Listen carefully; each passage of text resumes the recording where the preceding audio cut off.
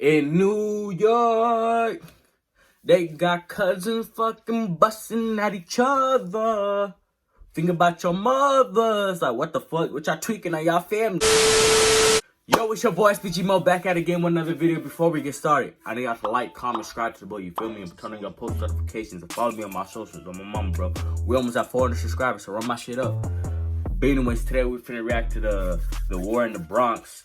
OGs versus the YGs versus the SevSide, you feel me? So, you know, I guess there's a lot of gangster shit going on in the Bronx right now, you feel me? Because, you know, the Bronx drill scene been blowing up lately, and I guess there's a lot of beef going on. So, you know, I just want to understand what's going on, you feel me? So, I'm finna react to this little hip-hop daily news clip, whatever this shit is, you feel me? I'm gonna take this with a grain of salt, because, you know, he's the outside looking in, you feel me? So he really want to understand what's going on, because, you know, a lot of shit on the internet just be fake, you feel me? So I'm gonna just take this with a grain of salt. But, you know, it's gonna give me a good background what's going on in New York. But let's get started. The Bronx is a wild place. It's the borough with the most crime and is well known for gang activity. The Bronx drill sound is on the rise and is fueling the deadly war between three gangs: the OGs, the YGs, and SevSide. Let's get straight into this crazy beat. SevSide. Brooklyn was getting attention for its drill scene, but the Bronx is coming with a whole new sound that's starting to make waves. K-Flock is one of the hottest rappers from the Bronx right now, racking up millions of plays on songs like Being Honest and PSA. Bronx drill may have the same bass lines and hard flow as Brooklyn and UK drill, but it has its own unique sound that's influenced by classic New York hip-hop. Most of the beats have classic samples laced in with distorted 808s that gives the music a different vibe than drill from other areas. K-Flock has been riding the wave with his new sound and has been building a buzz over the past few months. But his come up ain't just been all success.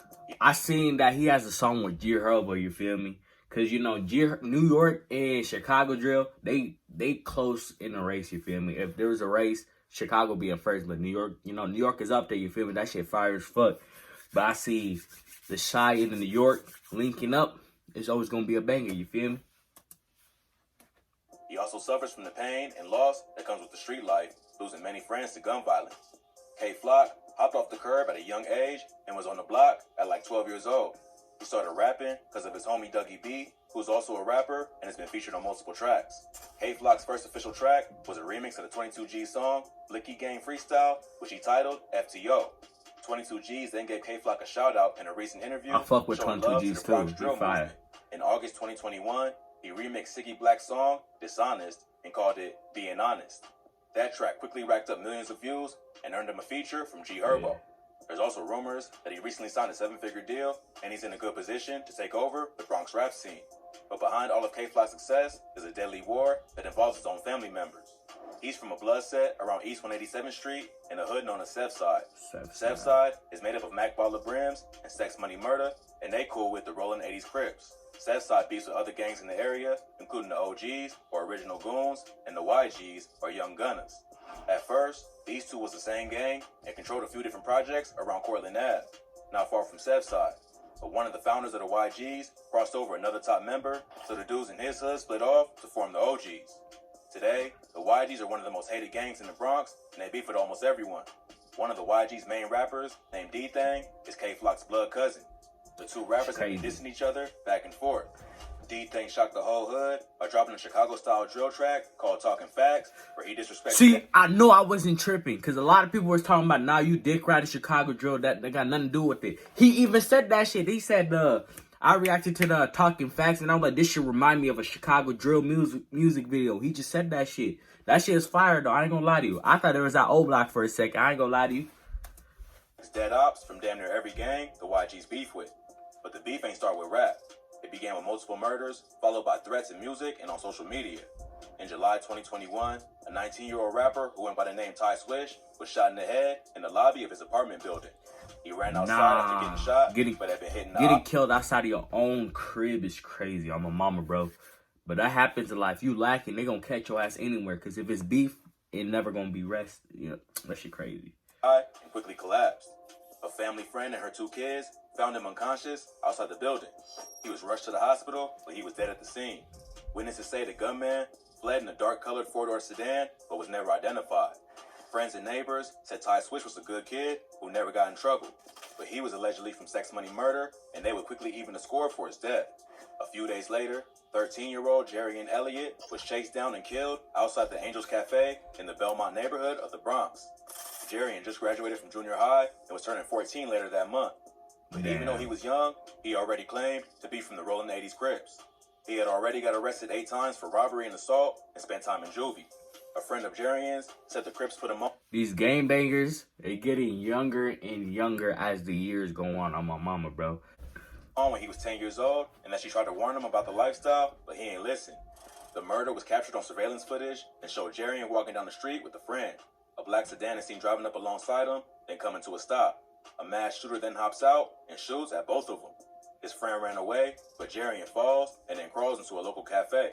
He got shot in the legs and the chest and was rushed to the hospital, but later pronounced dead. Police think Jerry was payback for killing Ty Switch. They don't know if he was the killer, but they believe he was there at the time of the murder. Just a few hours after Jerry got chipped, the ops got their revenge and a 16-year-old got killed, and police think it was a payback hit. On Sunday, July 11th, a 16-year-old rapper... I got a question. If you live in New York, let me know. New York, let me know. New York is so highly surveillance, you feel me? So if I was out in New York, I wouldn't want to do shit, because they got cameras everywhere. They literally got footage of motherfuckers dying. Why are y'all doing this shit in New York, you feel me? I would think New York was like the UK, you feel me? Because, you know, heavily surveillance, heavily police, you feel me? And y'all getting away with murders? Ain't no way y'all getting away with murders, you feel me? They got cameras at every corner, you feel me? So that shit crazy. I wouldn't even want to do shit in New York. Especially gangbang. They gonna catch your ass crazy. Named Rod G's was shot while getting into an Uber. Rod G's was from the 800 YGs, and the shooting is believed to be retaliation for the murder of Jerry and Elliott. Rod G supposedly made fun of Jerry's death on social media right after it happened, and the get back was immediate.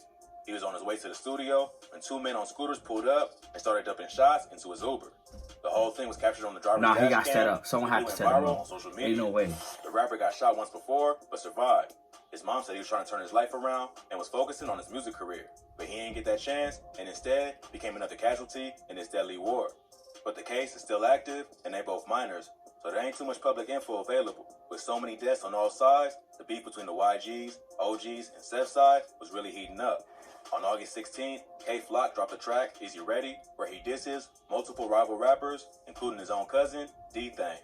In the first verse, he says, "Boy, ask my ops, it could get ugly. I could do shh, like Ice did Sonny."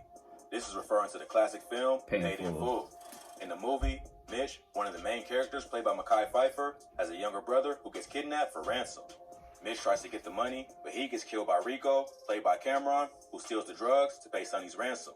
Sonny gets killed as a result, and come to find out, he was set up by his own uncle, Ice, who was mad at Mitch for kicking him out of the house. So in this bar, K-Flock sends a shot directly to his own cousin, D-Thang, and lets him know he's not above setting him up. The song was big in New York, and even got played on Hot 97. So, you can probably guess how the ops felt about this. On my mama, bro, if I was, you know, I'm beefing motherfuckers, and they made a diss song on my block, you feel me? And you mean to tell me the radio station finna play that shit out for the whole city to hear that shit? I'm gonna be mad as fuck. What the fuck? Nah, the radio station knew what they were doing, you feel me? They knew what they were doing. D-Thang quickly hopped on social media and gave his thoughts on the bar, saying, "Can't wait to see Auntie now." A few weeks later, another Rollin' 80s member who was affiliated with K-Flock got murdered broad day. The victim was 16-year-old rapper Nas Rolla. He was killed after 2 men hopped out of a Honda Accord and popped him in the head and chest in SevSide's hood. Police said that Nas Rolla had a long criminal history and got arrested 18 times already, including 10 felonies dating back to May 2017. How the fuck you got 10 felonies and you still out in the world, you feel me? I know motherfuckers with 3 and they got fucking 25 years to life, you feel me? How the fuck you out in the world, you feel me? Let me know something. Let me know who's your lawyer. You probably got motherfucking Boosie lawyer or some shit. 10 felonies is crazy. He was recently arrested for gun possession and was fighting 3 other open gun cases. After his death, D-Thang will hop on Instagram. And I heard New York don't play around with guns. You get caught with that shit's over with. Suggesting he might have got set up. Right around the same time Nas Rolla was killed, D-Thang dropped Talk Facts, which is pretty much the Bronx version of Who I Smoke, where he disses all his ops, both alive and dead. On the track, he samples the song Somebody That I Used to Know by Gautier and throws a sub at a different op in almost every bar. Some disses include Dougie got shot, but he's still in recovery, sending shots at K-Flock's homie, Dougie B. He also says, "Come on, CJ, you see me when I ain't see you. You ain't even make a move. So how the when you see me, you gon' shoot?" In this bar, he takes shots at another rival rapper from Cortland who dissed D-Thing on the track Kidnap Who after D-Thing said he was gonna kidnap Booba Savage, who was also featured on I the fuck track. with Boo Boo Savage. Later he raps, He Jiggy cold. Man, aka Shot Egg, dumbass got hit. That's word on my mother, they never do shit. Here, he's talking about a rapper named Shot Egg, who's from the OGs and known to go by the name Jiggy Man. So, it looks like Bronx drill is following the same pattern as Chicago and the UK. I don't know about UK, but Chicago drill for sure. Up with real violence. What's really crazy is that a lot of them are under 18 and still in high school. So really, they don't fully understand the consequences. Nah, they can't be in school. They living. They can't be in school. Hopefully, they're paying attention to how hot it's getting in O Block and they cool it down before it's too late. But with so many lives lost on both sides, it's hard to see an end in sight. But anyways, that's the war on the Bronx, you feel me? On my mama, I didn't know it was that crazy. These niggas is under like 17 years old murking each other. Crazy, you feel me? Yeah, shit. Shout out to my little cousin in Bronx. If he in the streets, I'ma tell his mother. What is you talking about? Boy, if you don't...